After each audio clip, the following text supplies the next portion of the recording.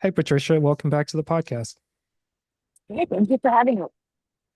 For anyone who doesn't know you, who do you say you are?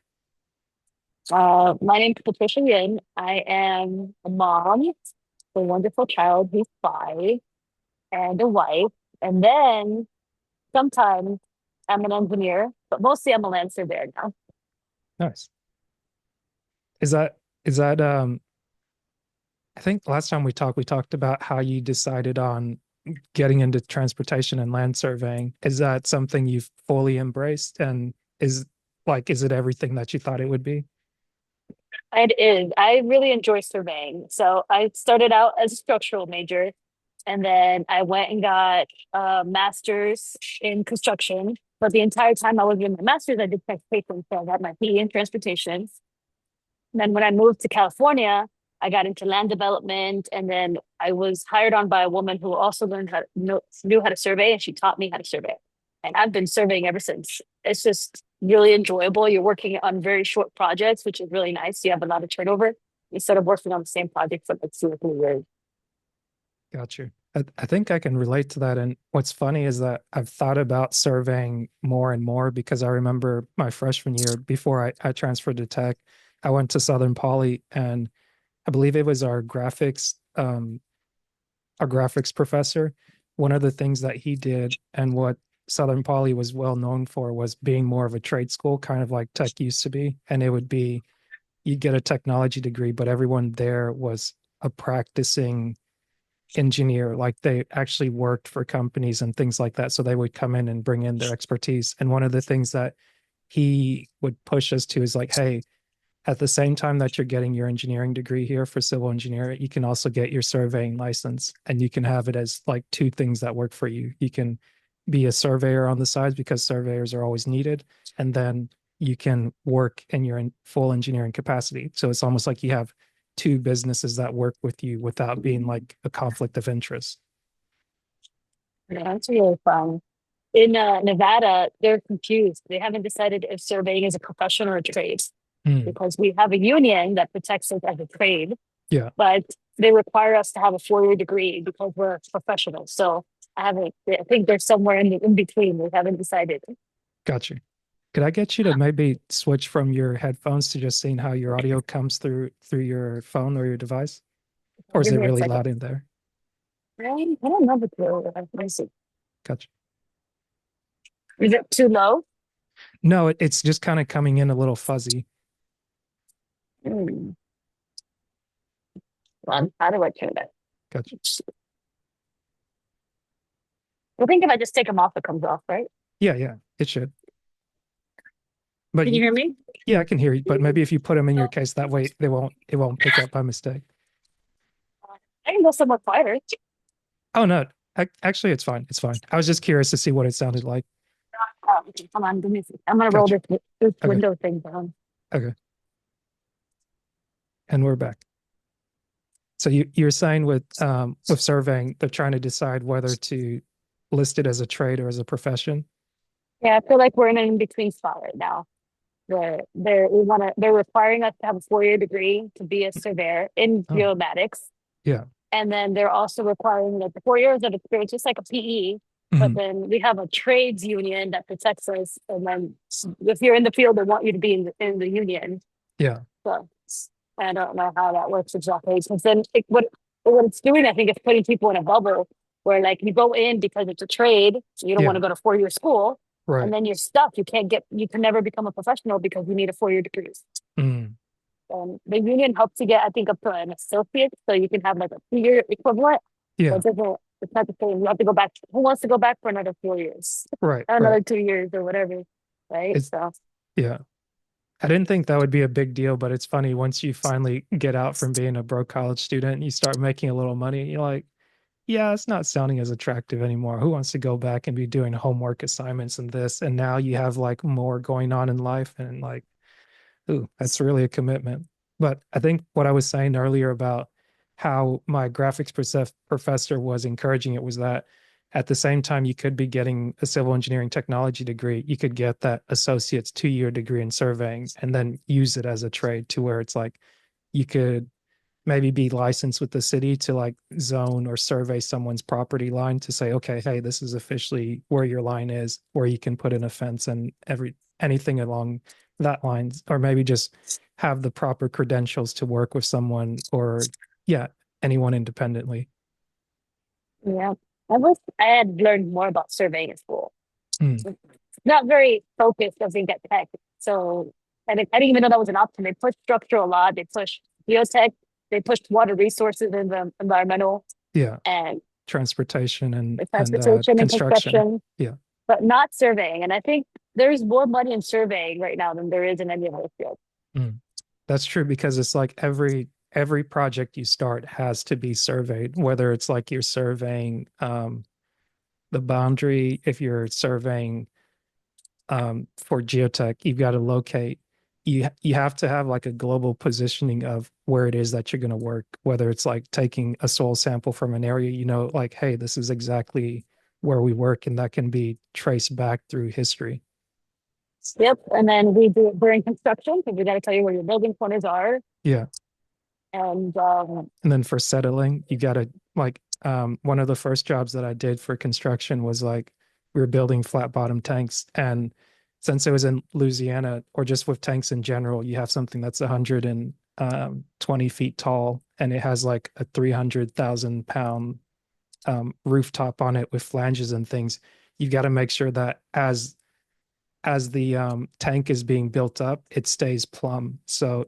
typically, just based on the foreman's experience, they know that, hey, we can survey it at this point or kind of build it up and just keep checking it to where you don't have a lopsided tank that's 120 feet up in the air. And it's like, huh, I wonder why it's not working properly in operations or as as something is settling from it's supposed to be at this elevation and then it's like it's not supposed to drop more than 1 inch and then you got it like it's 6 inches off in this area. And it's like, oh, what's going on? We got a big problem there. But to your point, it's like, if you don't have a surveyor to locate things, then you don't have any traceability of where you started and where you finished. Yep, we'll do as-built surveys, and then you have to remap everything at the end, Yeah. or put monuments in at the end. So it's really cool. I feel like you need so many aspects of construction require survey, but there's not a lot of people in it. There's a lot of people in the other parts.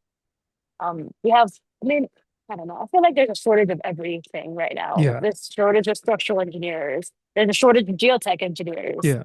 Especially for all the trades, because it's like, it's weird because I'm hoping to get one of the senior engineers that I worked with. He actually reached out to me by message on through the website, and I was like, "Oh wow!" Like I'm in doing the podcast, trying to reconnect with a lot of people that I've met over the years through school, through work, through just about everything, and just being like, "Okay, how do I connect the dots and everything?" And seeing him speaking from a point of having retired and just being like, this retirement thing is like you go from running 100 miles an hour and then you kind of hit the brake and it's like, oh, this is weird. Like I just go home every day. I go golf maybe. I do this. Like it's like let me see if I can ride this bull and just jump back into this thing where it's like I get to problem solve and like actually address problems. But like the reason I bring him up is that being able to have a mind where it's you can have best practices done, but then when you have a more and more complex solution instead of just thinking linear in one way where it's like, oh, well, we've got to move the biggest thing we've ever moved before. And what do? We just got to have something bigger to pick it up. It's like, no, let's rethink it and like simplify our approach to where we're not just making a simple problem more complex and then wasting resources, wasting a lot of other things. But to your point, I think part of the reason why there's such a shortage is that the people that were more senior, say they're like 65, 45 plus. I don't know if that's the baby boomer generation or like the Gen X is basically from baby boomers, Gen X to us millennials. It's like there's a big, I'd say there's like a big gap or a bit of mistrust where it's that you were promised something with your degree, but then when you get into it and you look at, okay, am I getting a return on my investment? Like on the one hand, yes, you made enough money to be able to pay back your engineering degree. So you pay off your student loans. Like engineering's a good profession. But then you look at it longer term, it's like, okay, I'm working on $100,000 job, $1 million job. And it's like my portion has to be so small to where I'm expected to do a lot, put in a lot of hours, but I might not get compensated properly. And then if you can go be a manager or you can sit in on a board seat using your engineering experience and your critical thinking mind and make 10x what you're making as an engineer, it's like, what's the point of sticking around? But it's like you really got to love it to stay doing it 20 plus years and retire as an engineer and then get younger people that ultimately replace you, and not everybody wanting to be an influencer or this or that, but you have like people basically putting out there like, this is why I quit story, or this is why I just got to be, I just felt irrelevant, and I'm doing these things, I'm working on these massive projects, and I just didn't feel like I belong. You just feel like a clog in the wheel. And that's where people just get discouraged. But it's so many cool things you can do, is like even working in the trades and being able to actually like put your hands on something and have something tangible doing what we do, to where like you start a project, you finish the project, and like once that's done, you can see it visually every time you drive by. You're like, oh yeah, I spent this time here. I can tell you exactly like that last year, last semester, when I was finishing up my co-op going into graduation, I was like, something's got to change. I just spent an hour cleaning boiler tubes, working in a 120-foot oven. And I'm like, I've got to do something different. I'm like, there's no shame on it. I think it's a respectable job, but like, I can't come back here and say that this was why I went to 5.5 years of school, and this is what graduating from Georgia Tech means. Like it was just one of those where it's like a coming to Jesus moment of like, I I either get better or I keep complaining about, oh well, life is unfair and nobody looked out for me. And it's like, well, I have access to 400 plus colleges that are coming in the fall, and I can plan to be there, or I can sit around and complain about come May 20, or no, come December 2023, I either have a job or I don't have a job. And then I either go home or I, I either have options or I don't have options. But it's like, I say all that to just say, it's like there are shortages, but in doing this, I hope that it encourages people to go where the opportunities are while still respecting themselves enough to know that you don't need to just take whatever crap is handed to you because people are like, yeah, we're desperate, but we'll treat you however. It's like, no, you need me just as much as I need the money that you're paying me and the experience. So it's like, let's respect each other to work together, and let's stop doing this big brother, big sister, treat you like crap, go through initiation type thing. It's like, ain't nobody got time for that. This is 2025 going into 2026. Like, grow up. Like, please. Like, Dude. we've got all the And tools that we need to actually be a good nation. Like, let's do that. Like, we want to solve these problems and work together. It's like, let's just work together. Let's not keep drifting further apart and just making life more complicated than it needs to be. It's really not that hard. so I don't remember if I told you this story, but around this time last year, I started looking for a new job, and I got an offer from a big company, well known, and it was way more, like three times more what I was making. So they offered me almost 500K a year Oh, wow. to do this job. But this company is known for treating their employees like crap Mm, and working you to death. And I turned them down. So they mm. came back. Well, they offered me less. They offered me like 200 and something thousand. I turned them down, and then they gave me another offer. And I'm Wow, like, it's not. how's that work? Is like they start off, hey, we'll give you this, and then we'll lowball you by half. It's like, what do you think? You doing me a favor here? Well, it's still more than market to them, right? So, Right, right. and then they in the interview they like threw this off. They're like, "Oh, we want you to lead the department, and you'll be ahead. You'll be leading the team in Texas and Tennessee and Nevada and California." I'm like, "What the what?" That's a lot. That's I know. I'm like, but you're not gonna have a life and you're expected to work all the time. I was like, I have a 5-year-old. Like, I don't yeah. understand. Uh, how do you think Priorities. It's like, come exactly? on, Like, do you guys. need the position filled or not? Because like I'm qualified to do it, but I can't like live at work. I have a family. Right. So I turned them down. And they still reach out to me. Are you still interested? I'm like, a year later, they're still emailing me. Yeah. I was like, but I know they've had a lot of turnover in that position. In the last 4 years, they've had 5 engineers. Mm. For They the all same quit. position. Mhm. Because they're just too much pressure. We don't go I don't think we put ourselves through that rigorous engineering program, whatever. We want to solve the problem, but we don't want pressure to do it.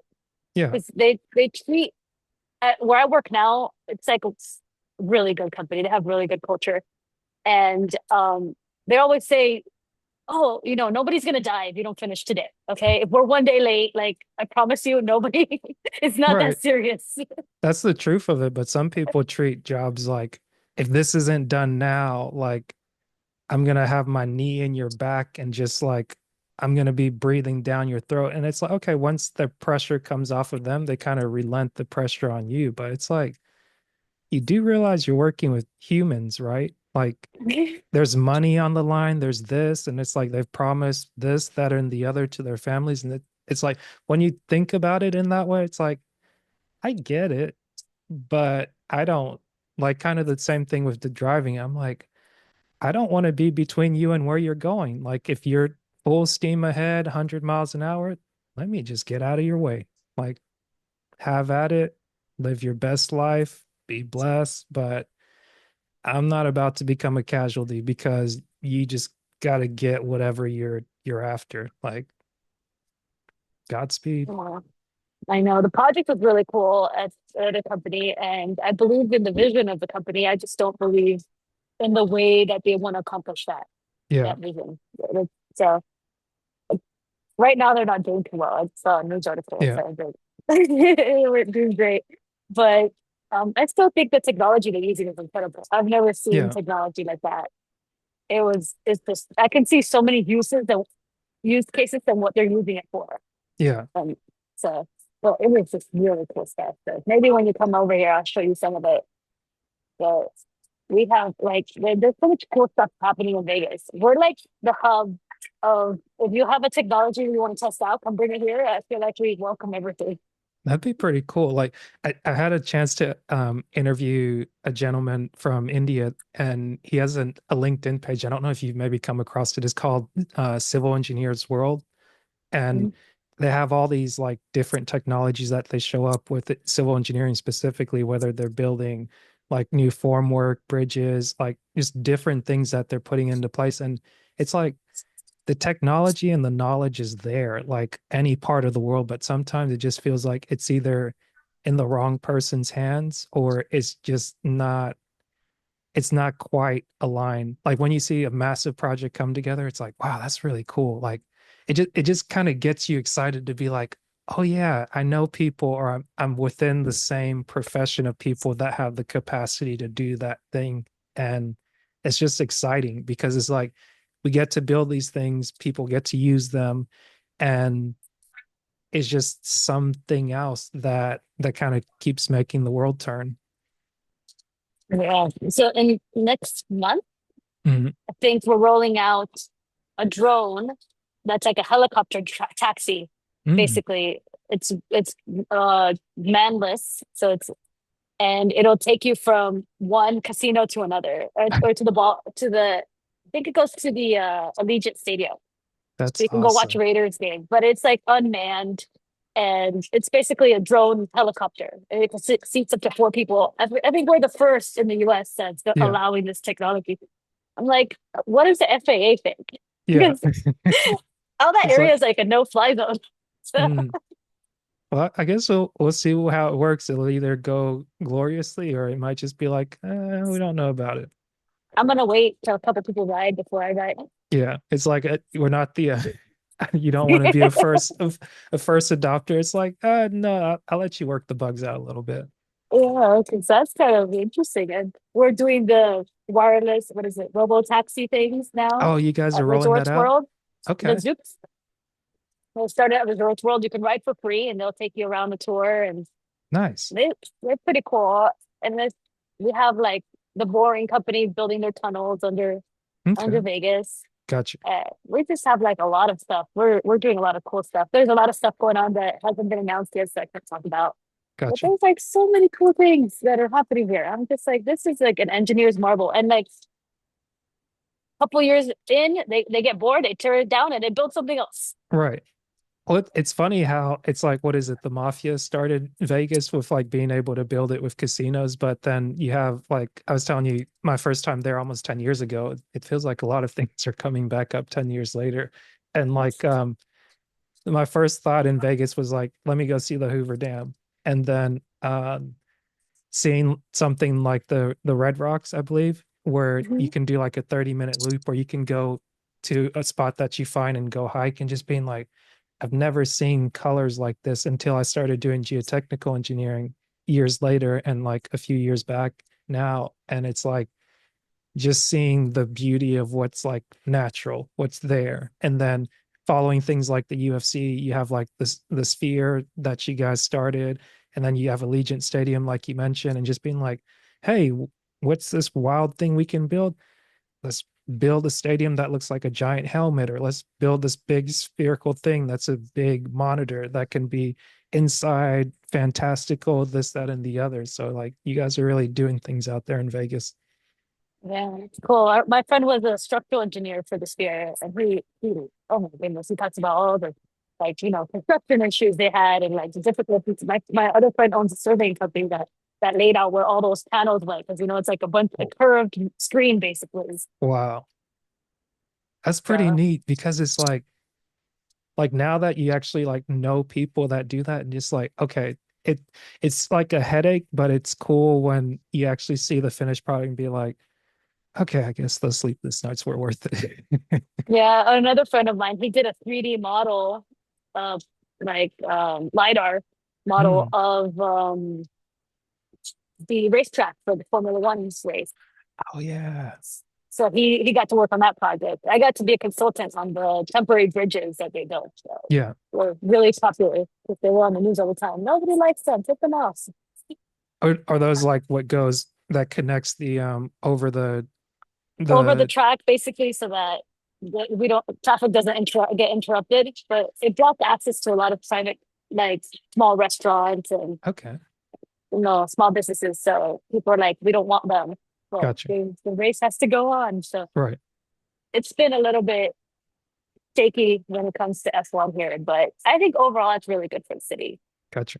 Because I Nobody can guess win 100% of everything. that's true.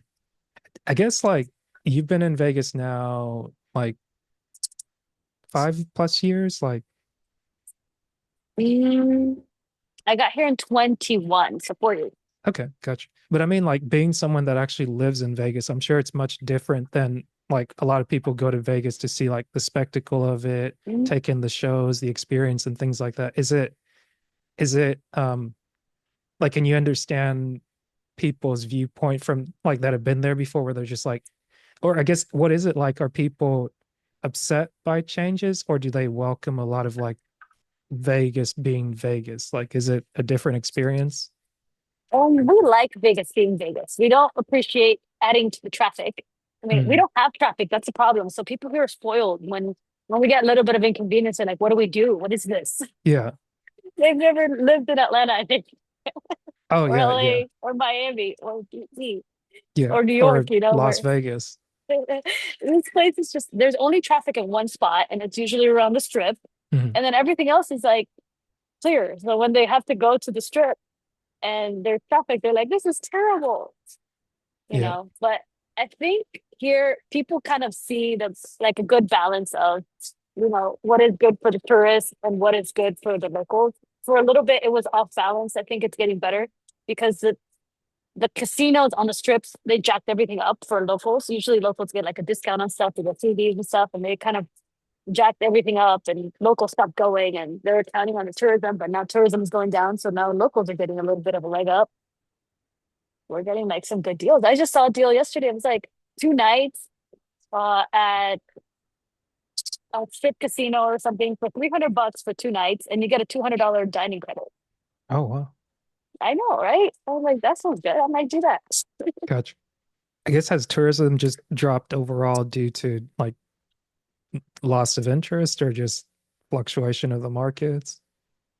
I think we're just fluctuation of the market. People, there's a lot of uncertainty right now. I think people are scared to spend money. Interest rates are still high. I mean, I heard they dropped yesterday, but only not not nearly enough, I think, to make a dent. Mm. And they dropped like 1%, right? So Yeah, it's just everything's too expensive. Houses are expensive here. right. We are, I wouldn't say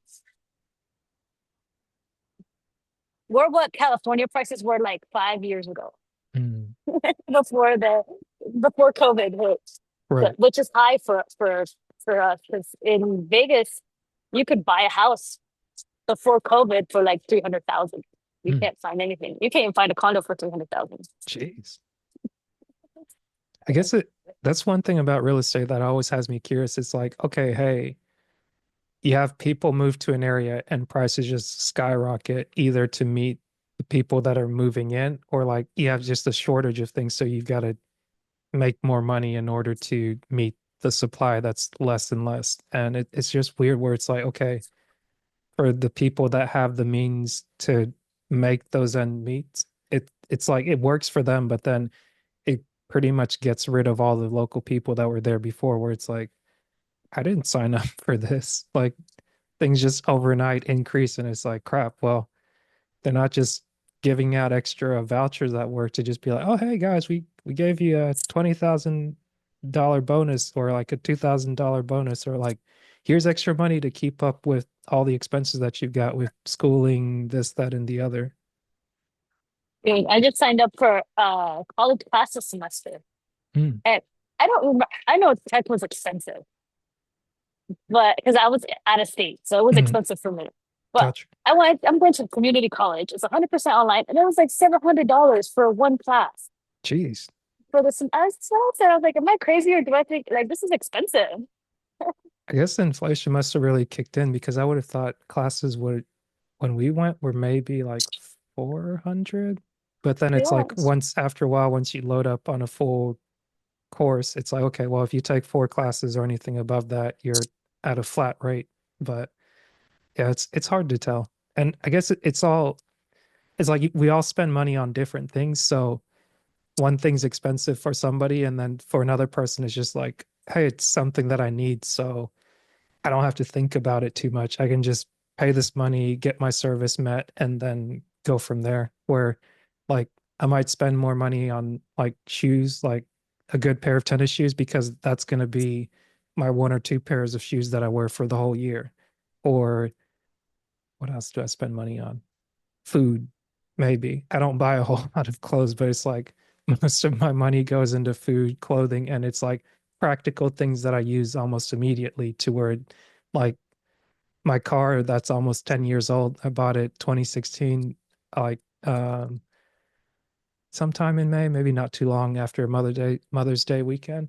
And it's like it's held strong. And I was sitting here kind of playing with the idea recently of like, do I replace it or do I do these minor repairs where it's like it's just under 1,000, but like bought it 16, maybe 21,000. And it's like, hey, like this has been a good investment. If I took that same money, put it into getting my degree at Tech, was able to pay it back over the years, and like I don't have to think about another student loan. I don't have to think about another car loan. And it's like, do I really want to take on just another thing just to have something new? It's like, okay, you put 20,000 miles on the car over the last 10 years. You're, you could Only probably, 20,000 miles? Dang, you don't right. go anywhere. Well, I mean, maybe I'm lowballing it, but it was like for 4 years, I maybe commuted, what was it? Like 2 hours, an hour there, an hour back, and doing that 5, 6 days out of the week. Like that's probably where I racked up the most amount of miles on the car. But like having to commute less now and then occasionally making the trip like 2 hours here, maybe 4 hours there. I just got back this morning, is like 3.5 hours just past Atlanta.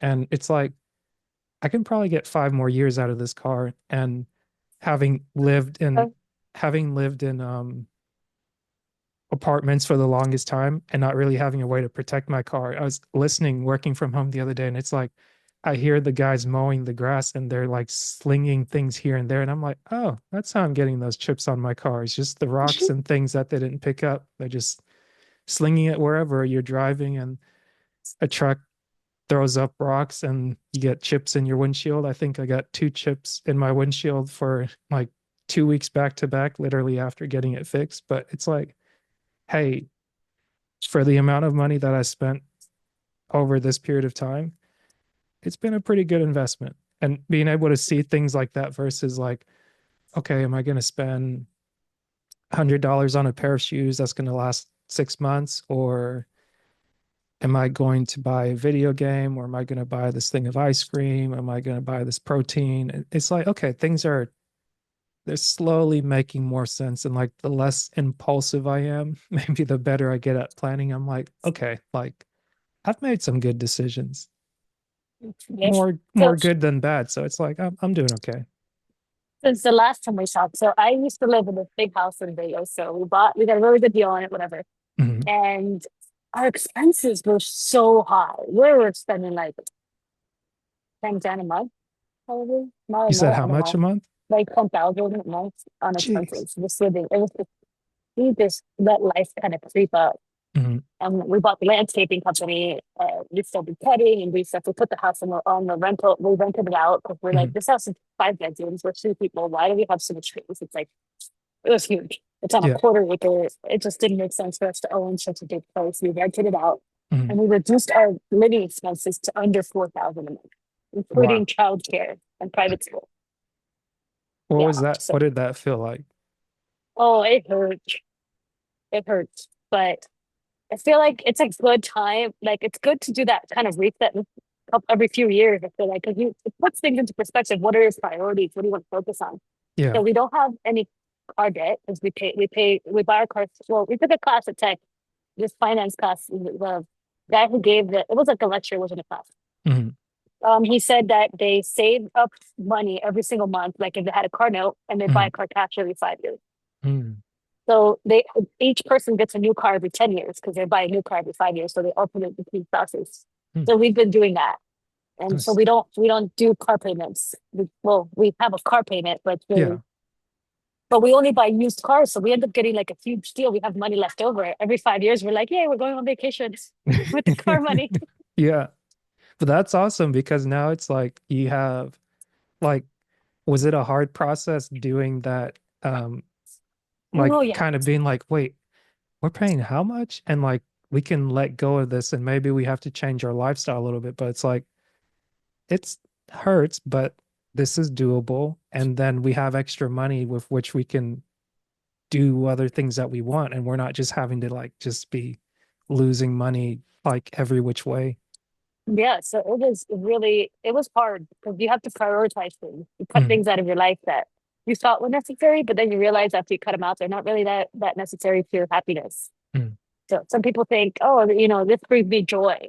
And then like spending $1,000 a month on restaurants, that's an essential part of our life. yeah. But we cut it down to like $500 and it hasn't really changed all that much. I don't feel like I'm less happy because I eat less, you Mm, know? So I did miss vacations. That's one thing that we're going to incorporate back into the budget because they actually did add to my happiness by like a lot. Hey, a quarter trip, a trip every quarter isn't bad, or even if you can just do like one trip a year, like going from 0 to 1 is something. And then if you can manage, like, it doesn't have to always be like across the world, even if it's like, hey, go to a city we've never been to before. But like making those memories, like, it just feels like a world of difference to your You know, point. so we went from a 5 bedroom to a 2 bedroom. Mhm. And It's a big difference. that was a big adjustment. We ended up renting the house furnished because I didn't know what to do with all that furniture. Mhm. So, but we got the cash flow our house, which is very rare for a house. It's a brand new build. It's Yeah. only like 3 years old, and it's hard to cash flow that early. but the Mhm. market was just right, I think. So we bought super cheap before the interest rates went up, Yeah. before COVID raised all the property values Mhm. and rent went up like crazy. So like now we make almost double from what our mortgage is to what a rent what we can rent for. Mm. Nice. So yeah. I was like, why didn't we do this sooner? Because now I don't have to pay all those bills. Yeah. So you went from always having a luxury home to like a major investment property now. And then you have Yeah. life that you can do on your terms. And now you got, is the business doing better where it doesn't feel like you're just like making payroll, making payroll, making payroll? Like how's that changed?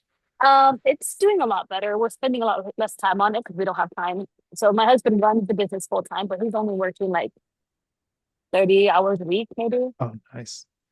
And he's taking my son to school every day, picking him up from school, taking him to jujitsu for 2 hours a day. And like, so we I just, just started yeah. doing that a couple of months ago. So yeah, they love rolling. They both go to jujitsu and he's focusing on lifestyle stuff now. I think we're both like kind of in a point in our lives where we want to focus more on lifestyle and less on working. Mhm. Um, just because we've been pushing for so long. Yeah. We've been pushing. I mean, he's first generation immigrant. I'm a first generation immigrant. Like Yeah. your parents put a lot of pressure on you to Mhm. do something with your life. My parents told me I wanted to be a teacher, but Mhm. my parents told me I could be a doctor, lawyer, engineer, or they would disown me basically. So I became an engineer. Hey, but now And you my still husband, have the option where it's like, hey, you got to a place to where you push hard enough and then you can it's still a possibility. You get to I live a think little so. bit of your Good. dream. It was good. It was good because I think having being an engineer gave me the money to be able to afford the lifestyle I want. And Mhm. now I could be like, oh, I want to be a teacher. I could always be a teacher. There's always Yeah. a demand for teachers. It's not Yeah. like they're like, oh no, you can't come back because you're an engineer. They're like, you got a what degree? Oh no, get out of here. Get out of here. Go over there. I think engineering is one of the most versatile degrees that exists. Yeah. So I think it was a good choice on my part. If I was a doctor, I don't know what I'd do. Yeah. I feel like I'm too squeamish to be a doctor. Like some of the things like I worked out with a doctor and just being around other people that have worked in the medicine profession or even like visiting a hospital, you're like, you have to do what? And I'm like, There's no I, balance. I don't have the stomach for it. Like the hours that nurses work and all that, it's Mm-mm. like, geez. I commend them because I can't do their job. I can't work those hours. I can't take the pressure. Yeah. I'm glad I went into engineering and lawyers too. I feel like there's a lot of pressure in being a lawyer. There's a lot of long Mhm. hours in the beginning, and there's just a lot of pressure. And I'm just like, I'm glad I went. I picked the most chill one. I Yeah. think so. And I don't regret it at all. It was a cheap degree. Mhm. I got good return on my investment from tech, Yeah. even though I paid out of state tuition. So Ooh, yeah, I only got $15,000 in student loans, and I got a master's degree. So nice. I think that was a really fair deal. Yeah. So I'm sure now it's probably like twice that, if not five times that. Especially you're talking about out of state. It's like, geez, these people are like, wherever we can get the money, like chop chop, like run me those pockets. Let me see what you got. Oh, don't worry, we'll just give you a loan. Like Sally Mae, just let me introduce you. Your best friends are gonna be your aunt and uncle, Sally Mae and Uncle Sam. They'll be your best friends for life. dude, and our interest rates when I went to school, we had like 3.15 interest or Mhm. I think it went up to 4.2. I paid those off first, and then the ones that were 3.125. I was like, this is less than inflation. This Oh is yeah, great. yeah. I think what was it? I went and got my car service recently, and I was just looking, just kind of like, oh, I want to test drive this, just out of curiosity. It's like it's good to like check something out when you're like, I don't really need it, but it's nice to just see and just be like, I could see myself in this. But at the same time, it's like, okay, like I've got a plan. Like 5 years, I can make it more of a priority. But the big thing right now, it's like, okay, go from renting to having more of an investment where it's like, okay, I want more money coming in to be setting things up for the future to where it's not just, okay, money comes in and money leaves almost immediately to just address bills. It's like, okay, well, if I have an opportunity to be in an area where you have like doctors that come in on rotation, you've got nurses, military people, engineers, and you're in an ideal place where they have the masters every year. People come in, you can rent out your place, and people pay their whole mortgage for the year on just 1 week's rental. It's like, I need to take advantage of this. I've been in this city. The end of this year will make it 5 years in total that I've lived here.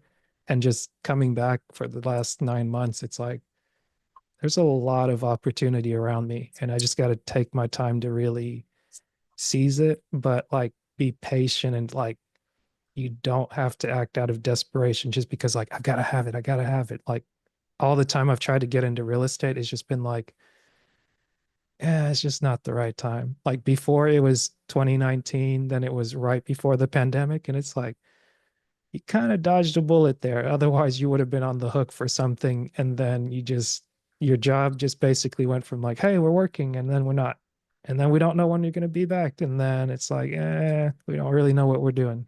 So, Almost all my best investments I made out of necessity. mm, And they were all something I didn't plan. I bought a house in 2015 in mm, Orlando. It was a foreclosed home because my mom was homeless, mm, and it was 90,000 for a 3-2 in a gated community, a little mm, townhouse. And I bought it for 90,000. The mortgage was like 600 or 700 bucks a month.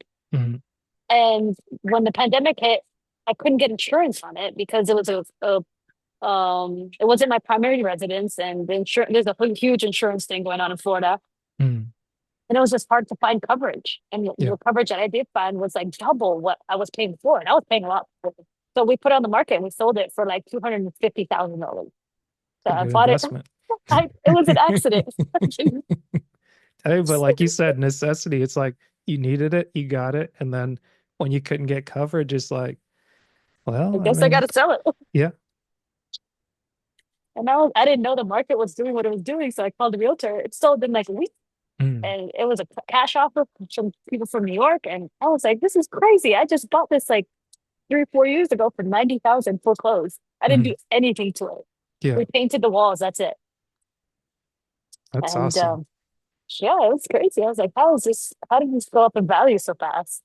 Yeah. But it was just an accident. And the same thing with the house that we have now that's rental. Mm, When in the middle of the pandemic, my husband used to manufacture toilet paper. mm, So we moved to Vegas to manufacture toilet paper.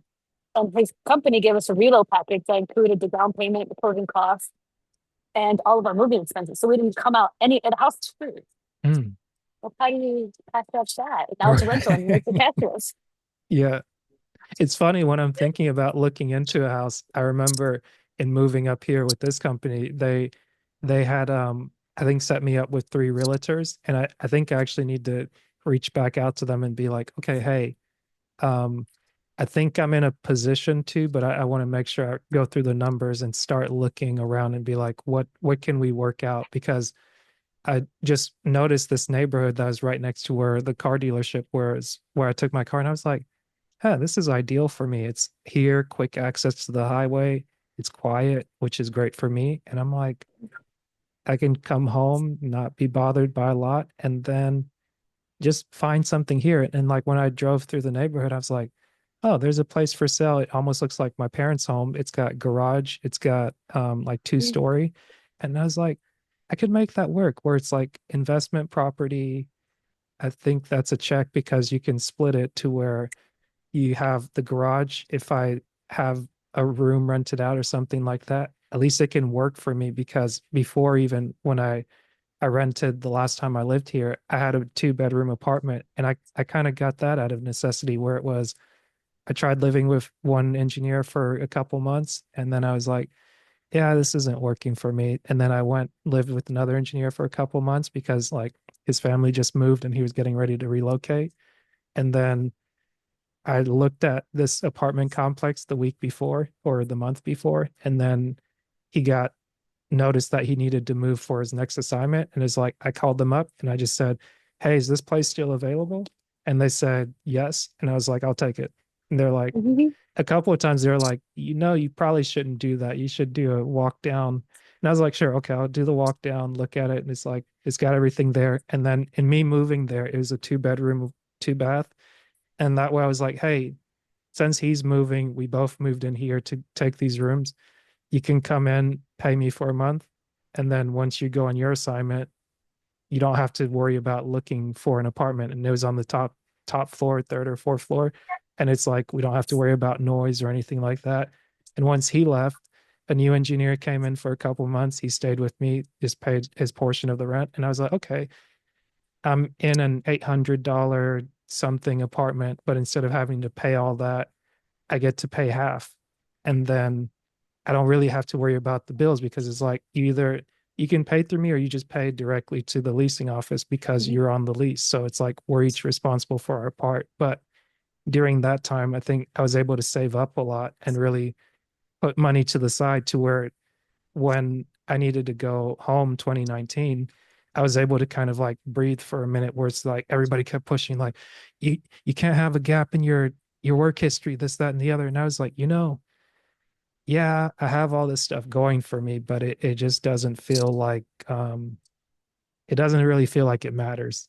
And it's like you're pointing at all the things that I don't really value. And I'm just kind of getting lost in the pressure of the you got to perform. And like the project I was working on just finished up last year. They turned it on and everything's working great. And I'm like, hey, that's good. I just didn't want to get caught in the meat grinder in the gears and things. And I was like, yeah, I just again like that image just keeps coming back to me. I don't want to be stuck in the middle of someone trying to get to where they're going. I'm like, you go it, man. I'll catch up later. I'll turtle my way there.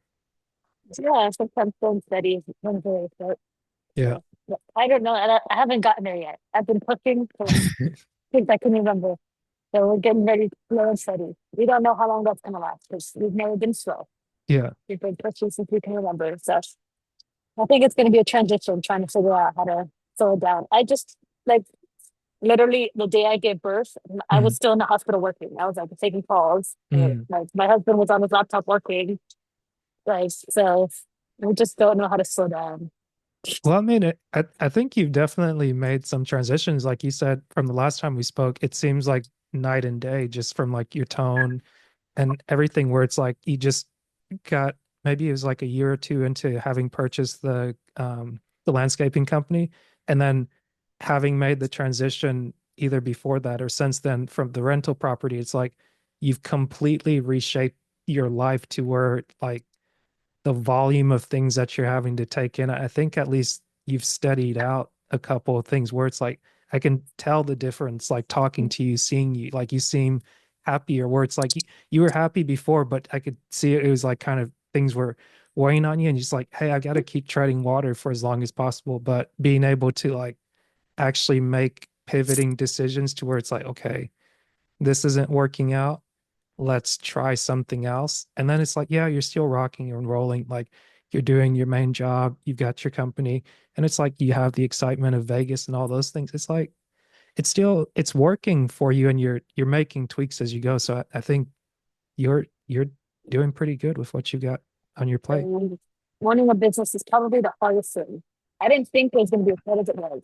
Mm, So we had to figure out. I mean, landscaping is not anything more related to engineering. mm, So I was like, oh, we're both engineers. We're smart. We can figure this out. It was a lot harder because we had never been entrepreneurs. We don't do sales. yeah, Like engineers typically don't get in front of people. We're just right. not like It's so. like I'll just be in my corner over there. You let me know what you need. Don't talk to me. So but we were able to build up the company. It was like 1.4 million, I think, we did it this year, and Mm, last year we did 2.4 or 2.3. Yeah, nice. I think we did 2.3. That's awesome. And then this year we're on track. We're going to hit in the 2 weeks, lower than last year, I think, because Mm, the market's just going down. But our profitability is higher. that's We've good. reduced expenses a lot in the business. We've had incorporated a lot of AI into the business. Mm, So there's AI is doing estimates for us. They're taking phone calls, they're doing all the CRM logging, all that stuff. mm.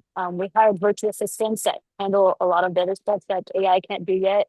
Yeah, And we're making almost the same revenue with like half the staff. that's awesome. So Hey, That that's was that engineering ingenuity right there. yeah. So um, it's been really interesting. It's just we kind of stopped pushing. We wanted to get to a certain number. We wanted to get to 5 million, Mm, but we just for what? Where's the end goal? Like yeah. you get just get to a point where like we started investing really early, so we have enough in retirement Mm, savings to retire when we're 59 and a half, because that's when you can withdraw, right? So yeah. like that piece is out. So now we're trying to figure out how to position ourselves where we have enough investments to cover our day-to-day expenses. So Mm, I'm just like, okay, so how much do I need to invest to cash flow this amount, right? Since that's mm, what I want. I want to make 4,000 a month. yeah. So what can I do to position myself? I'm like, if we pay off the house, we'll get that. So should we just pay off the house or work towards paying off the house, right? Or Mm, should we invest instead of we make money from the rentals. So do we grab that money and reinvest into the house to pay off the mortgage early, or do we grab that money for the S&P 500? mm, Like these are really like I don't know if you're religious, but I feel like I'm so blessed that those are the kinds of problems I have. right, Because right. when I was a kid, those were not the kinds of problems we had. We were like, oh, we can't pay the light bill. Like, our lights didn't shut off, Mm, you know? So it's a different perspective, kind of the what problems are. Because when I was a kid, we had like real problems. And yeah. now I'm like, oh, how do I retire early? That's my problem.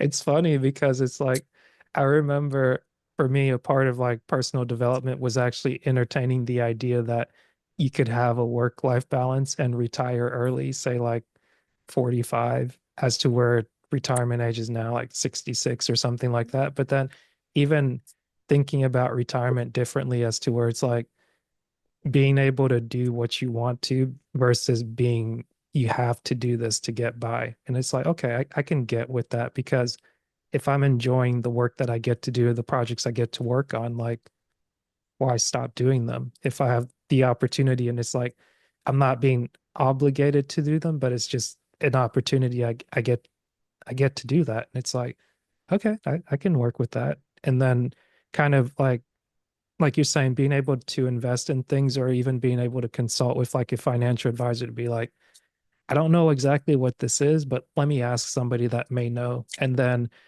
about the real estate thing, I was like, hey, I'm thinking this. What do you think of it? And it's like, yeah, like let's look at the big picture. You're not in a position to do that. I know how it feels, but that would not be smart right now. You're just going to be taking on debt without a return on your investment. And that's really not going to help you. And it's like, okay, him telling me that doesn't line his pockets. And it's like, if I were to do that, that would probably, maybe it wouldn't help him. But at the same time, it's like, well, do I watch a car crash happen or do I let you know ahead of time? Like, that's a recipe for disaster. Yeah, the only reason I considered retiring early is because I want to travel 3 months out of the year. I was like, well, if I teach, I can do it, right? I want to spend the summer. Well, actually, I don't want to do summers, but I feel like Mm, when you teach, it's kind of the only option you have. mm, I wanted to do like the fall because the fall is like the least travel time. yeah. Like most people don't travel in the fall. I feel like 3 months in the fall would be great. Oh, yeah. I, Like I wouldn't have to September pay through the tourist November. prices. Yeah. Yeah. That So sounds like you're getting me some good ideas. I'm like, I might have to borrow that. yeah, that's what we've done almost our whole life. Well, 4 years since we started making money. We would travel in the fall because it was so cheap. Mm. So like when we went to Greece, it was like $30 a night What? for yes, it was so cheap because it was the end of the season in Santorini and stuff, and there was no tourists there, but so they were Yeah, giving you deals to that's get as much awesome. money as they could before they closed everything down. So the same thing when we went to Australia, it was just not travel season. So Mm, it was actually really good deals. We flew split round trip to Australia for $800 for both of us from Atlanta. man, Right? Like you can't beat that. It's two $400 round trip. That's crazy. that's true. I think one of the few trips that I've made out of the country where it's like, okay, I planned to go there and I actually went there. I gone twice, but the first time was interesting because it was gone to Belize and basically Mhm. happened to go outside of like the what do they call those giant boats? The when they come through. So it was almost The like a cruise ship? yeah, it was during a week when the cruise ship weren't there, so they didn't have like an influx of Mhm. tourists. And then we had a personal guide where able to go with him, basically get like a taxi ride, climb one of the pyramids, and then did a um cave tour where they call it like you're going through the underworld or something like that, but you're on a tube and then you're just kind of floating down there. And kind of he's a local, so he's giving us the rundown on what's there. We stopped in at a local restaurant, had some food with rice, plantains, like the island type food that I'm familiar with that I grew up with. Is like, man, this is nice. And tried some of the cashew wine, some of the raspberry wine, or the blackberry wine. And it's like you got to be careful with that because they call one of them like a poor man's wine, where it's like when you drink it, it hits you, and then when you get back in the sun again, it hits you like because of how it's metastasizing through your body. But being able to do that, doing like a snorkeling thing, hopping between a couple of the islands, or even just going off of like, okay, hey, you're young, you want to stay somewhere where it's not so fancy, and then you kind of like, hey, I'm gonna stay instead of like the resort, I'm gonna stay at one of the local hotels and see what that's like, walk around, like did so much walking and just being like, wow, that's an amazing experience. But if you don't book the flight, book the date, make the trip, and like you said, just plan it out to where it's like, okay, this works for me. I don't have to come out like $1,000 just to get a plane ticket and do this and do that. It's like, no, like we spent maybe under the same budget. You take it a lot further. So yeah, I guess really I definitely want to do I'm gonna do some more trips. Like even being able to go home and see my mom yesterday was pretty cool. Just be like, okay, hey, Mhm. we went on a shopping trip to Home Depot and we just had like this funny inside joke over buying a brush or not buying a brush. And it's like, don't really like it, but it's like, well, worst case, if it's not what you want, you can always just take it back. That's the beauty of being able to have good customer service. Yes. Right now, there's round trip flights to Rome are like $400 right now. Mm. I just saw a video come through I was yesterday. thinking, I was thinking about going to maybe Spain, Barcelona, or Portugal first, but I might have to look into some of these places you're talking about. Because once you get there, you just ride a train wherever you want. Yeah, because it's easy But to get from city to city or country to country because they're all connected. mhm. So Europe used to be like a go-to for vacations, but now I want to see more of Asia, Mm. and Which part? there's a lot. Um, I want to go to Singapore. Okay, I want to go to I haven't been to like Vietnam or Philippines. I like to scuba dive, so like I want to okay, go where the water is. that'd be fun. Have you gotten scuba trained or Oh yeah, I'm advanced and nitrox certified, nice? and I did the Great Barrier Reef in 2018. Spent a week on a boat on a liveaboard, diving 3 to 4 times a day. It was amazing. Wow. It was the most expensive scuba trip I've ever in my life, but it was worth it because I wanted to see the coral before they all died. Mm. That had to be an experience. It was amazing. We had a professional photographer taking pictures of all the marine life and stuff, so they were just following us around. That's awesome.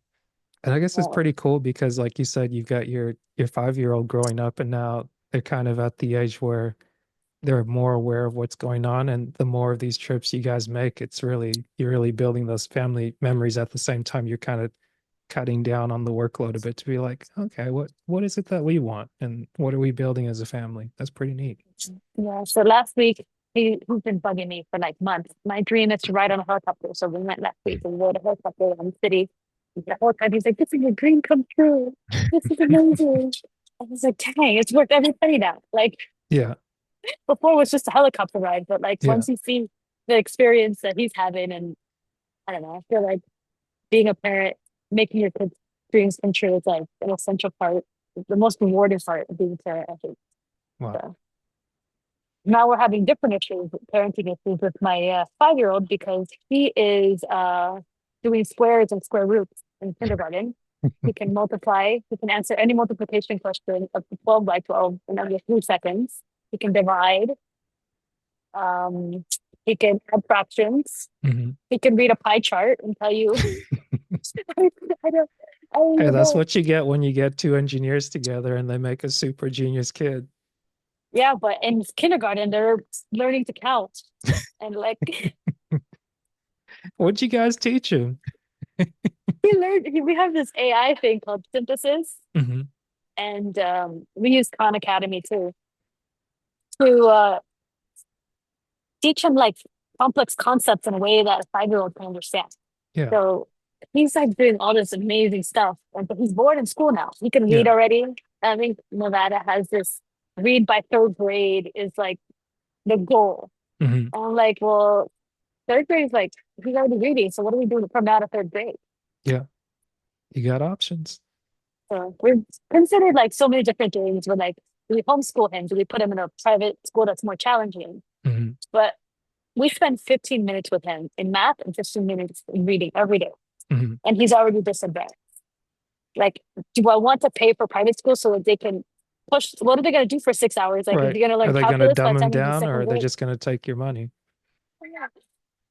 So we're like, we can't decide. They're like, we want him to have the social skills and stuff, but Hmm. he doesn't interact well with kindergartners because he doesn't understand their logic. He's like 3 steps ahead of them already. Well, I mean, one thing you could maybe consider is like a international school, maybe. Like my niece, she does a French school because my brother and his wife, they're both like French is our first language. And the French system seemed to be, I don't know if it's like more advanced than the English system, at least with what I grew up with, because I came to the US when I was 7 and I think I was walking at 9 months old. By the time I was 3, it's like I was already kind of starting school, what people would be doing 2 years later, like kindergarten, like here.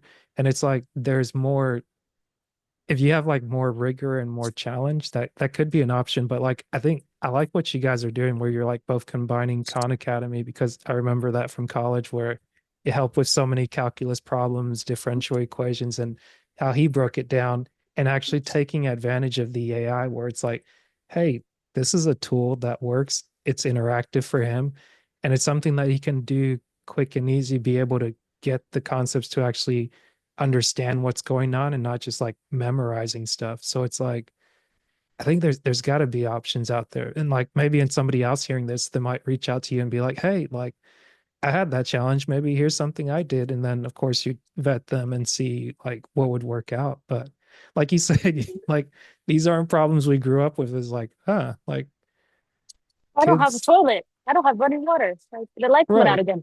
But it's like now the challenges are, my kid is doing what you're expected to do at third grade at 5 years old. And huh, okay. Maybe I we want a just school that's more focused on socialization and sports and yeah. things that like because he gets 15 minutes of recess.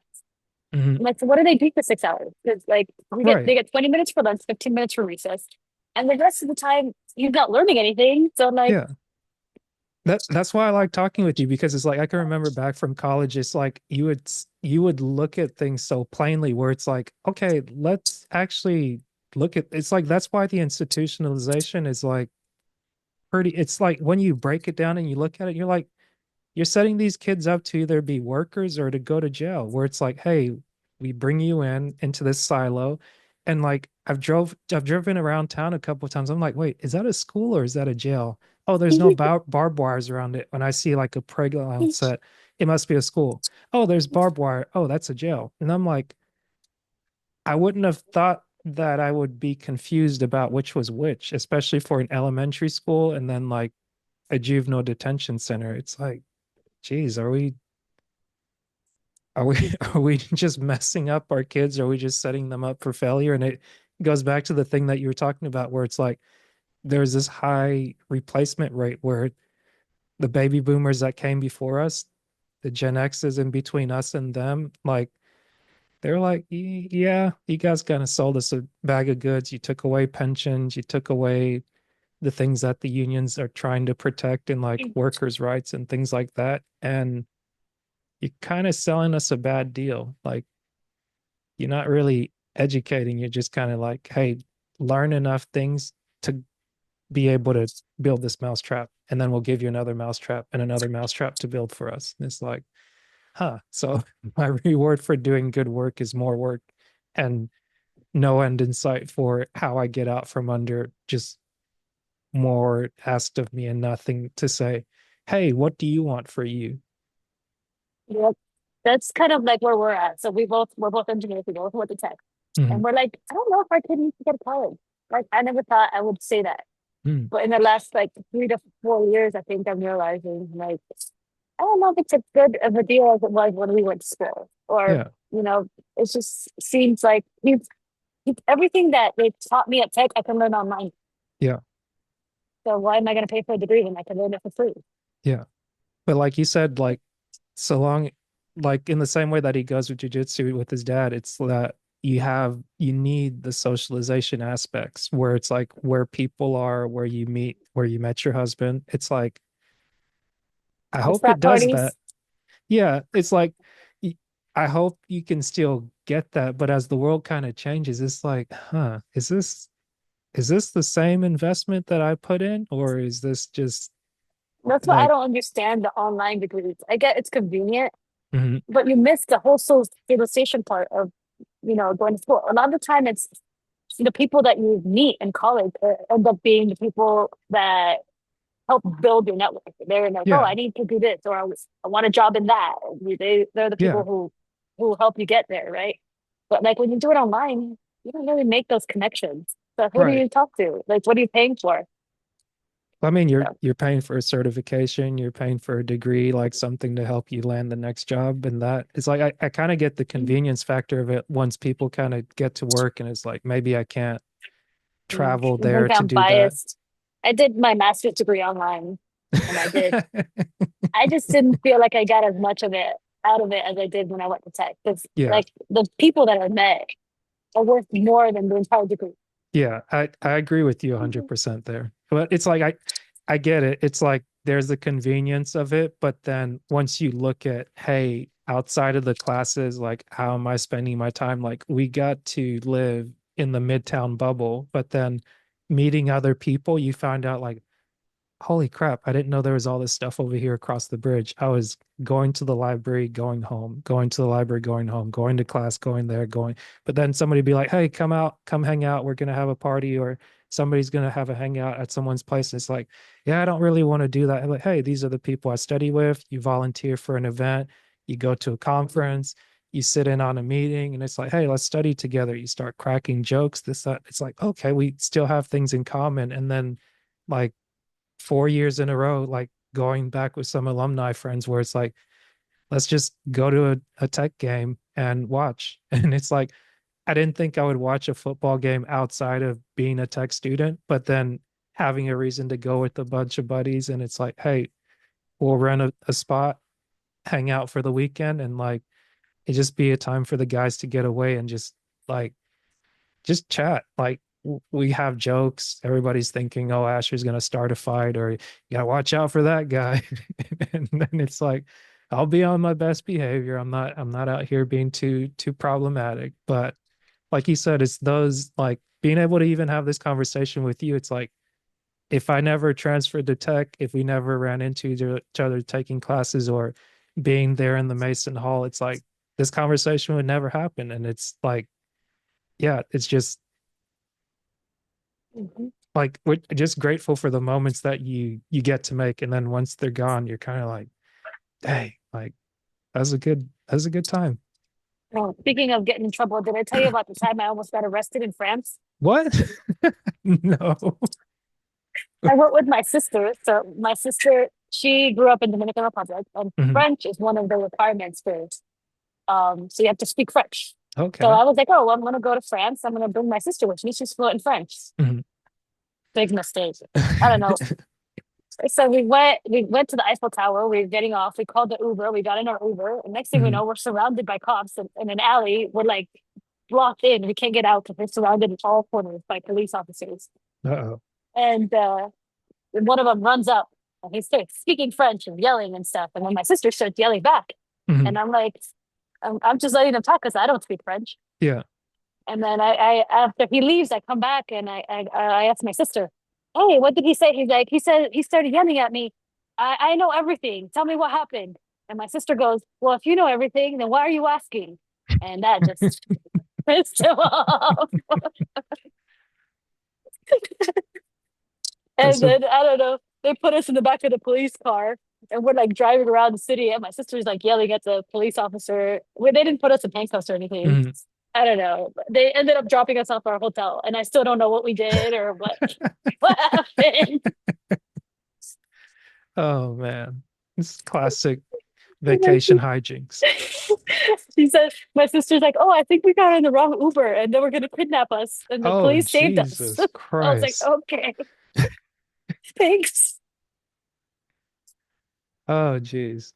I was as soon as you said like in Paris and things, I'm sitting here thinking back to the Taken movie, and it's like you guys about got taken, and Yeah, that's you what just happened. none the I, th- wiser. I thought we were going to jail. I was like, my sister, smart mouth is going to get us arrested. Oh my God. She went on to like get a master's degree in Spain. So she Mm. lived in Spain for a few years. And but yeah, she's a character. I don't go anywhere with her anymore. My husband speaks French now, so he comes to me. Nice. Yeah, France is interesting. Every time I go to France, I get yelled at. I don't know if I want to go back. It might be a sign. It's like, huh, maybe we I get avoid this yelled at place. once for not speaking French. Mm. So I was like, "What?" They're like, "You've been here 3 days and you don't speak French." I was like, yeah. Are you surprised?" I think I've only been to France 2 times, and that was like as a connecting flight to Cameroon, like coming to Um, America and then going back. I guess technically that's 3 times. so he didn't yell at you. Not that I remember. I It's went like with my dad once too, and my dad got we got kicked out of a restaurant because apparently it's bad manners to bring 17 people to a restaurant. oh man. 17 Hispanics, we're loud, so they were just like, "What is this?" That's hilarious. And my dad got up. He's like, "I will buy this restaurant, fire all of you." I was like, "Dad, you can't afford this restaurant. We're like 2 minutes from the Louvre. Shut up. Let's He's go." he's like you can't stop a man from trying. So what's the rest of the year looking like for you? Right now we haven't decided if we're gonna go to Japan for Christmas break, but that's Hmm. on the list. Or if we're gonna go to Orlando and do the Epic Universe and the Disneyland, my Disney World. My son hasn't been to Disney yet, so Hmm. we are still working on the A Stadium. So we're designing the ball field and doing all the construction stuff. It's kind of Oh. like one of those build the plane as you fly it kind of deals. Hmm. I feel like it's like that with everything that you want to build super fast. Yeah. So we're working on a lot of really cool stuff on a bunch of properties on the strip. Hmm. We're working on like a theme park. We're working on some aquariums. We're working on, mm, yeah, I think that's all I can talk about. Gotcha. That's fair. But I So, mean, you got plenty of projects going, and you've got potential vacation you get to decide on, and then kind of go uh, from there, roll into the new year. we got a small section of the Bright Line, so that's rolling out already. They already did their groundbreaking, and a lot of the stuff is going up. What's the bright line? It's the high-speed rail from Las Vegas to California. Okay. It's actually going to get built, I think, not like the one in California that got shut down. Hmm. So it might be the first high-speed rail in the US. Nice. We're working on that. We're working on some airport stuff. They're building a new airport. Nice. and south of Vegas because the airport's super crowded right now. Hmm. We're using some really cool things. So I've been doing a lot of LiDAR stuff. We're doing some sonar stuff from Mm, underground, underwater things, cool. which is really cool because I've never used. I don't know if you noticed, but it's not a lot of water in Vegas. So like Mhm. the fact that I get to use sonar at all is really cool. Yeah. Um, we're doing a lot of aerial photography, aerial LiDAR, Mhm. mobile LiDAR. We're just like cranking up on really cool, stuff that I never in my life thought to get to work on so many cool projects like these. So I'm really happy. What else is coming up? Mm, working on a lot of schools.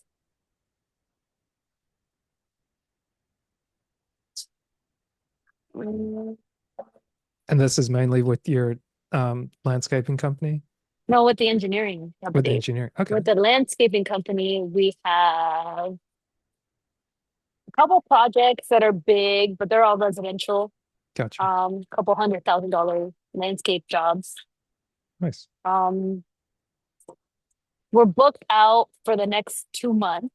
Hmm. So at least we don't have to worry about closing deals, which is really rare because right now the economy is slowing down. So being able to get booked out that far is kind of unheard of. All or some of our competitors are really struggling to get jobs in the books right now. Yeah. But we follow this guy on he's like an influencer. His name's Alex Ramosi. Oh, yeah, yeah. I've seen His this stuff a headquarters is lot. here. His Nice. headquarters here in Vegas. He owns acquisition.com. And we've been, you know, pretty much trying to incorporate all of the things that he does in his business into our business. Mm. Um, and I think it's helping a lot, figuring out how to understand the psychology of sales, basically understand what people are looking for in an offer when you're kind of selling something, Yeah.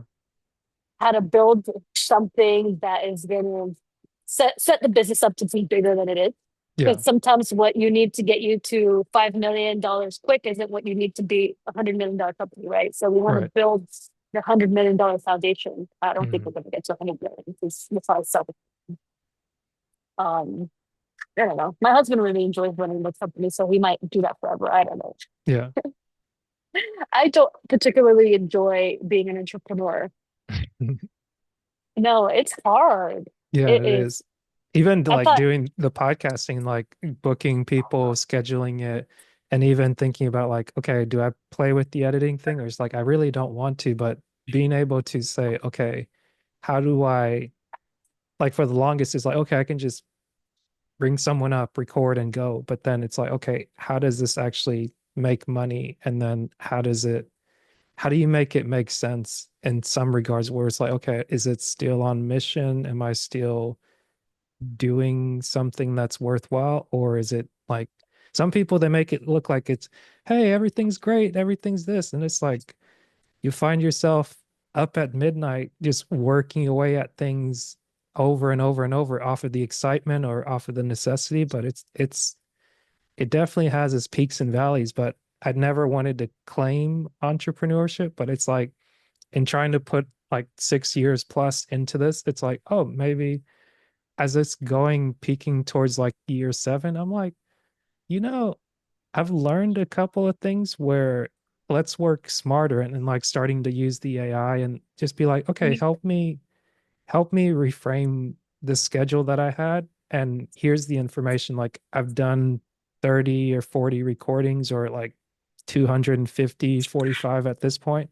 And it's okay, well, I have this information, something's working about it, but I can't quite put my finger on it. And like the more and more I talk to people, it's like, oh, everybody wants to start a podcast. And it's like, okay, I see other people, I can point them to other people, but maybe they're not going to take the action. It's like, okay, maybe I can give them like a one pager. But now, like before, I was like, I don't have a business plan. I don't have an idea. And I was like, I don't know if I want to mix engineering into this. But like as we're talking, I'm like, oh yeah, surveying still a thing. I could do that. Like I get to be outside. I could figure out what it takes to be licensed, what it takes to do this. And it's like, I can do that. And the reason I even thought about it was like not trying to be like an opportunist of tragedy, but a lot of people that were affected by the hurricane that came through last year, like they're still having to deal with the repairs and stuff, and they have to go through insurance companies and like making sure that your T's are crossed and your I's are dotted. And I was like, I know how to do that. I haven't done it in like 15 years, but one of the benefits of going to Southern Poly before tech was like there was a surveying class where you actually had to use the surveying tools, and like we located trees or we located a perimeter, and that was part of your final where it's like you both went out, you did the survey, and then you had to reproduce it, whether it's in CAD or you could do it on a sheet of cardboard. And that's one of those memories that kind of sticks there because instead of taking the notes from a friend that had done it the year before and realizing how each item on the title block was worth 10 points, I was so focused on getting the survey right. But it's like if I Mhm, would have filled in the title block, that was 60, 90% of my grade.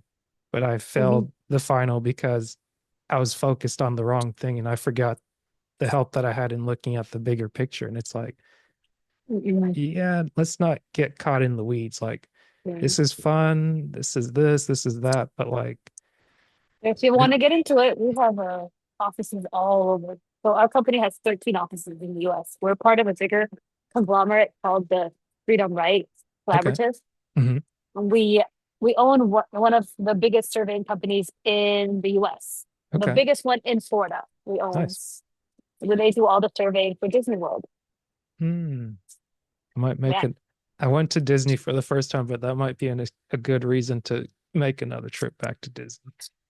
Yeah. So and surveying is, I think, a very rewarding. We're doing two projects right now at the Hoover Dam. Hmm. We're doing a couple projects at the Grand Canyon. I just feel like that's one of the advantages, I think, for working for such a company that's been around for so long, and they're known for structure. So they're Hmm. big, they're like one of the best structural firms in the US. So and because of the structure, I feel like we end up doing all these cool projects for surveying because they Yeah, design this crazy thing that's like structurally very difficult because we're the only ones that can do it, and then we have yeah, to survey it. right. I feel like that would be a good end because it's like when it comes to structural, I'm like, I still understand the basis, the framework of it, the codes and things you need to study, but it's like the actions of going through it, it's very rigorous and it's not impossible, but I'm just like I just want a return on my investment, a return on my time. And it's I really You were want so good too. I I thought you were really going to be want to do structural for it. sure. I really did, but it's like the first opportunity that came up for me was in construction and having the opportunity to say, hey, for 2 years, I'm going to travel to different, possibly countries, but stayed in the US, but got to travel to different cities, spent about a year and a half in the Midwest. And I was like, I would not have done that otherwise until I had that 2 hour, 4 hours of cleaning boiler tubes the semester Mhm. before, where I was like, this time next year when I'm in the field working, I don't want to do this because it's my only option. And then to go from there to being Lake Charles, Louisiana, to Donaldsonville, Plainfield, Illinois, to just everything that came up. Hey, we're going to Mardi Gras. Okay, we're gonna go. Yep, Mardi Gras is not my scene. I made it, Mhm. went once, is like there and done. Okay, we're up in Plainfield going to Chicago. Hey, we're watching the river being dyed green. And it's like it's cool, but it's very crowded. This was Mhm. pre-COVID where you had like a million people in the city and everyone's packed in there like sardines. People want to just hang out in one bar and not go anywhere else. And I was like, yeah, I kept trying to be part of the cool kids in high school, didn't fit in, middle school, didn't fit in, college. It's like, just stop trying to impress people. Like, just go be yourself, go do things that you want and make trips, make memories. I drove around Lake Michigan 10 years ago, and it's like, never again would I try to do that kind of road trip thing. I was like, oh, it's cool in the movies. I'll just sleep in my car for a couple of days and I won't have to pay for a hotel. And it was like, I was so paranoid where I'm like, oh, I can't really fit laying down being 6'2" in a Malibu. And then I've got one eye open at a rest stop to just be like, nope, no Brokeback Mountain type shenanigans here. Like none of that. But like going and seeing just the beauty of the Midwest coast and seeing people have hang up fish where it's like, wait, are those like the fake things? No, like that's real. That's moving. And then tasting some of the Wisconsin cheese and seeing the pictured rocks and the zoo and the this and the that, like going to Mackinac Island where you just see you get on the ferry for the first time, going to Sault Ste. Marie Bridge, see what engineers without what is it? Engineers Without Borders? Not engineers without borders, the red the Corps of Engineers. Like No, the seeing poor yeah, engineers. seeing Okay. some of the things that they've done and like I was like, wow. Like I don't know if I'll do this in my lifetime or career, but like just seeing all the options and the availability and to your point like surveying really gives you a window into you touch all the things, whether you're on a roadway, you're on a building, you're in the environment, you're marking out a wetland or something to that effect. It's like you you get to shake hands with all these different professions, and it's a really cool thing to be like, oh yeah, that's still an option. Like I always have the opportunity to pivot if where I'm at is not working. And it's like I really want to be able to use the talents that came natural. And then if it doesn't work this way, hey, there's another option. Yep. I think surveying is a great profession. I'm biased because I'm a surveyor. So, but I don't know. I just felt like you can do anything because you're better structural than that I was, and I'm pretty good at structures. I took the California seismic exam without studying and passed it, and that's pretty much all structural. Yeah, Instead of nice. like wind loads and snow loads, you have seismic loads. And I was like, dude, I learned stuff at school. Like, Well, it's funny because I've considered doing that and I sat for the construction PE exam and the geotechnical exam, but both times I knew that I was like woefully underprepared, but it's like I just wanted to get it done and kind of get it off of me to be like, okay, I spent 6 months or the better part of a year like going to Starbucks, going to the library, traveling on vacation with my book and like trying to flag it, this, that, and the other. And it's like you just keep falling asleep in your book. And I'm like, am yep, I just trying to prove something to someone, or is this actually going to make a difference? Or should I just go with what you're good at? Like, stop, stop trying to fit in all these places where it's like you don't need to do that. Just let it go, man. yeah, I don't know. My PE is in transportation, and I think transportation is probably the easiest Mhm. PE out of all the PE exams, which was really good because um I don't know, I was doing roadway design and stuff, so I didn't have to study all that much. Yeah. And then I have a master's in construction, so I was like, oh, maybe I should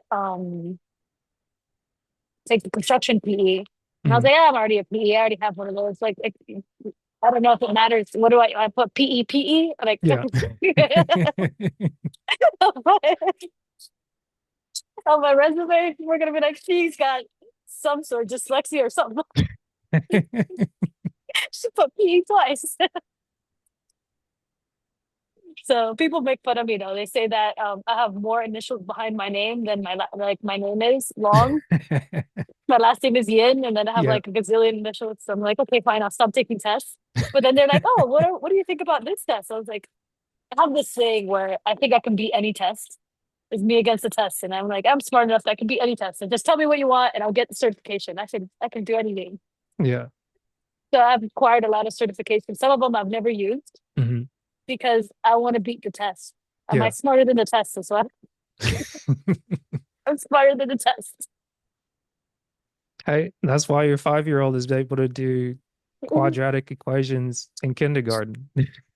Yeah, we're learning geometry, so he knows all the shapes already, and we're learning how angles work, how many angles in a shape, and the sum of the angles, and then I want to teach him physics. I want to teach him kind of like the velocity, acceleration, but I don't Yeah. think he's there yet.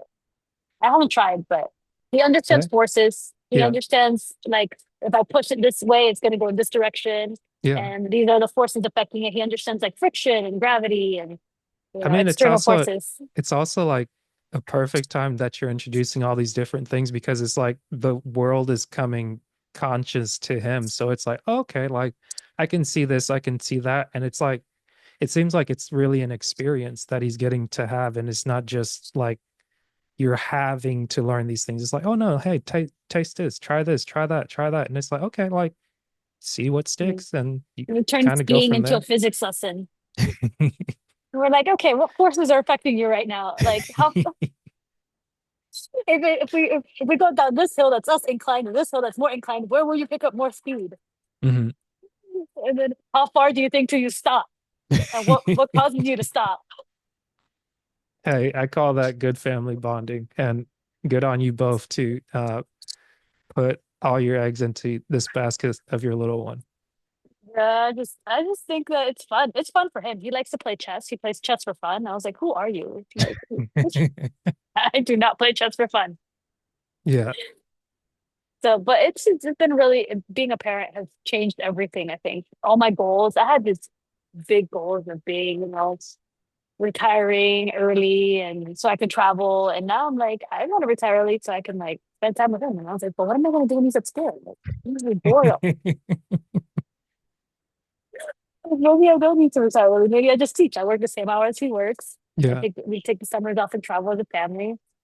But then I stopped to think. I was like, but then it's gonna be he's gonna be that weird kid. They're like, where did you go to like what did you do this summer? You're like, oh, I went to transfer the month for a month, or oh, I just spent 3 months in Japan.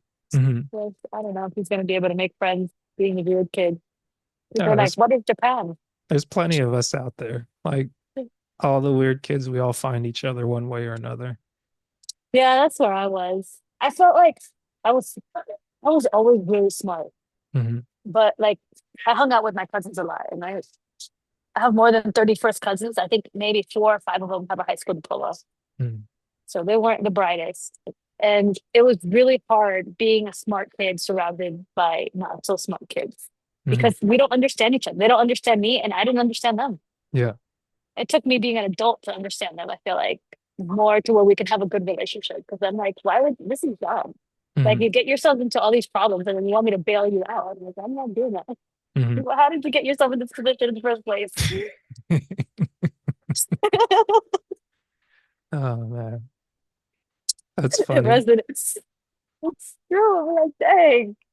But it took me a long time to kind of learn to love people the way they are Yeah. and to realize that not everybody is as smart as me. Hmm. I thought everybody, I don't know why, I just thought everybody's logic was the same as mine. So if everybody had the same problem, they could come to the same conclusion. It took me a Right. long Right. time to figure out that doesn't work that way.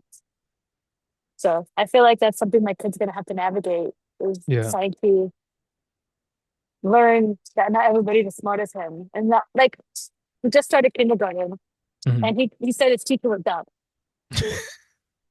She, But I guess the other thing might be like learning soft skills to be like, okay, there's being smart, but then there's also being like intellectually or like being empathically. kind. I was like, that's Yeah. not kind. You can't go around telling people they're dumb. He's like, maybe if I tell her, she'll improve herself. I was like, has anybody ever called you dumb? Why would you think that? Because we don't Right. use those. We don't call each other dumb at all. So I understand why he would say that. But because the teacher said they weren't going to multiply in kindergarten, he's like, I know Mm. how to do times. And he was like, well, we only do plus and minus here. And then he's like, well, you're dumb. I was like, Ooh. dude, Ew. like, are you trying to get kicked out of school? Because like that's how you get kicked out quick. That's very disappointing. He was Right. not happy about that. He doesn't like it when we say that he did something disappointing. He's like a really good kid. Yeah. But kind of learning those, I think that's what we want to focus. I want to take him to a school where they focus on those skills, the soft skills, because I think he's Yeah. going to be smart no matter where he goes. Right. Right. And those are But the harder, I don't know if they're harder to develop, but maybe people value them less, especially like coming from an engineering background where it's like you get so focused on beating the test that you forget that you interact with other people, regardless if they're smart or not. It's like they might be smart in a different area where you got people that are like street smart versus book smart. And like, sure, you might get yourself into the same type of trouble, but actually being able to build relationship with people that are much different than us, I think it goes a long way to showing people how we respect each other and actually get along on this big blue green ball that we've got. Yep. So that's what we're working on because this kid, that he's right. I don't know how. Like, I don't think I was as smart as he is right now. But my husband's like, well, you weren't introduced to these concepts. You were way older because my parents didn't know Mm. calculus or physics. Like they couldn't explain that. So I had to fill out my own college application, and like my parents didn't know what like FAFSA was. I had to fill out everything by myself and be like, "Here, sign here. This is all you got Mm. to do." Because Yeah. my parents couldn't even read English. Yeah. But man, we've come a long way. It's been a really good ride. I don't know what is next. I think we want to focus more on living life in our terms instead of everybody else's terms because Yeah. that's what we've done. My husband became an engineer. He didn't even know what that was till second Mm. year school. He's like, "What is a chemical engineer?" My dad told me to be a chemical engineer, so that's what I did. Yeah. I was like, "Cool." My mom told me I had to be an engineer. She was going to disown me, so we kind of bonded over that. I think.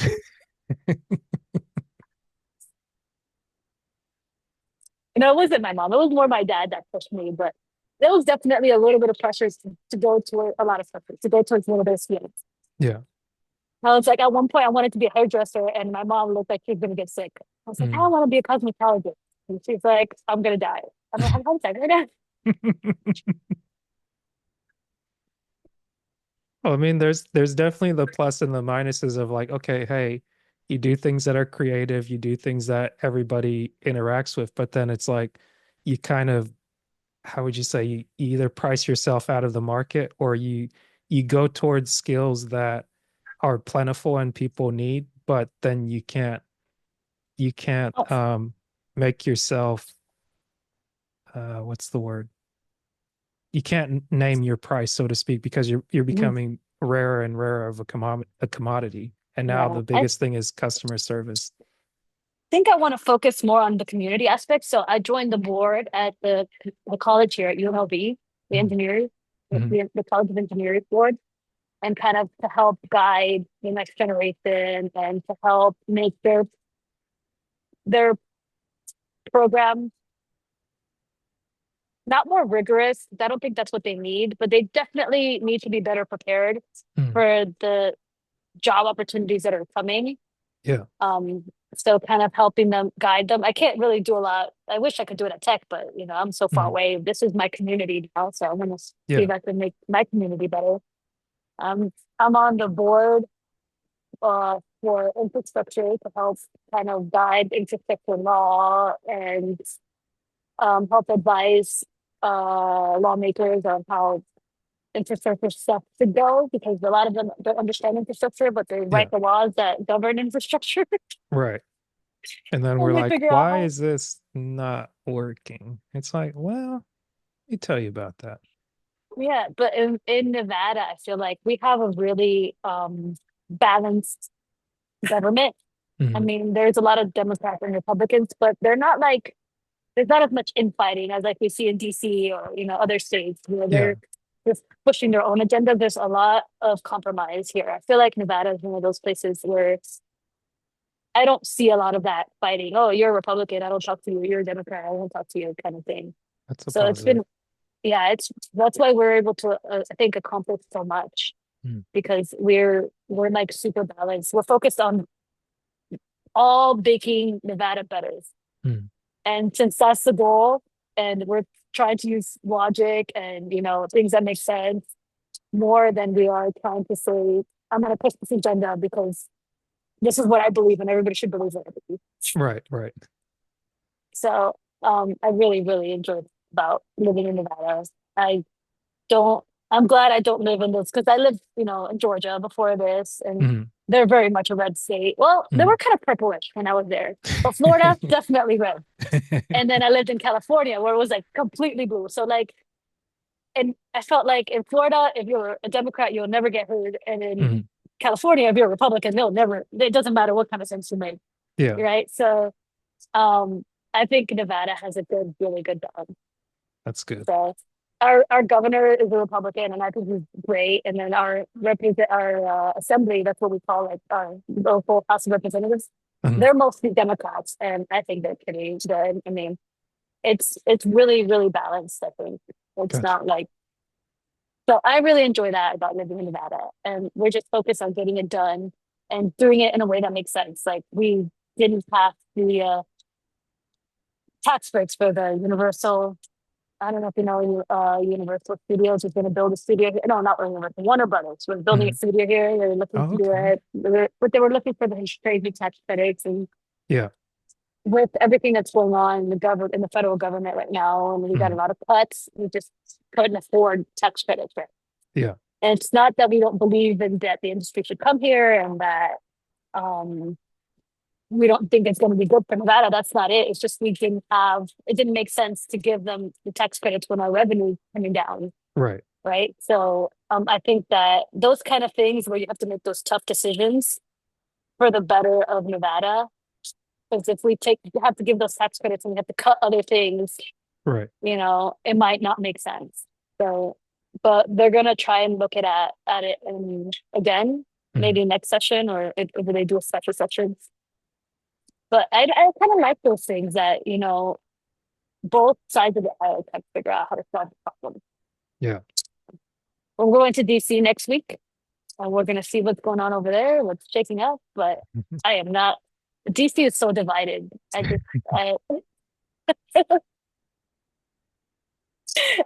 I'm not partisan. I think that we need to do whatever's best for our country. And Yeah. we already are the best country in the world. I've been to a lot of places, but no place like, there's no other place I'd live. Like Yeah. I spent 3 months in Europe. I don't think I want to live in Europe. I did enjoy we have so much conveniences here that are considered like normal Mhm. that other countries they're not used to. So to me, going somewhere else is inconvenient. Like when I lived in Europe, I didn't like that I didn't have a dishwasher. That was inconvenient enough for me to be like, I don't want to live here. Mm. And I didn't have a place to store my food. We didn't have pantries. There was no room. Yeah. And where my dishwasher should be was my washer and dryer. It was one thing. It was one machine. It was washer and dryer. Yeah. And I was like, I have to go to the grocery store every day. That's inconvenient. I don't have a place to store my food. But like in Europe, people like that. Oh, our food is fresh because we go to a grocery store every day. I'm like, That's awesome. Well, I'm gonna have to run for another recording real quick, but I was glad to be able to catch up with you. And let me know if before, you need anything. for sure, before I go, let people know how they can get in touch with you and be able to follow your work as you keep going on in the year 2025, 2026 coming. Oh, on LinkedIn is the easiest way. I'm a bad millennial. I don't do social media. I have a Facebook, but I don't have an Instagram. I think I Gotcha. need to get on the bandwagon or maybe a TikTok. I don't know. I think that might be too advanced for me. But yeah, Gotcha. follow me on LinkedIn. I try to post every once in a while. But if you have any questions or anything, just send me a message. Gotcha. I'll And definitely answer on LinkedIn. you want people to follow your company? Just check you guys out, see what you Oh guys are doing. yes, we're working on some really cool stuff. A lot of it hasn't been announced yet Mhm. because this is Vegas and we like to keep secrets in Vegas. But there's some really cool stuff happening in the horizon. So we'll see if I might post a video of the sonar we did, but if I post it, then you'll know exactly what it is. Maybe Okay. I just won't tell you what it's for. Got you. And just give them your company name if so that they At can Loxa Engineering, say one more time. it's Loxa Engineering. How do you spell that? LO Oh, okay, got you. Lochsa. SA. Awesome. Thank you again, Patricia, for your time. Thank It's you. good to catch up and always good to chat with you. So take care. You Bye. too.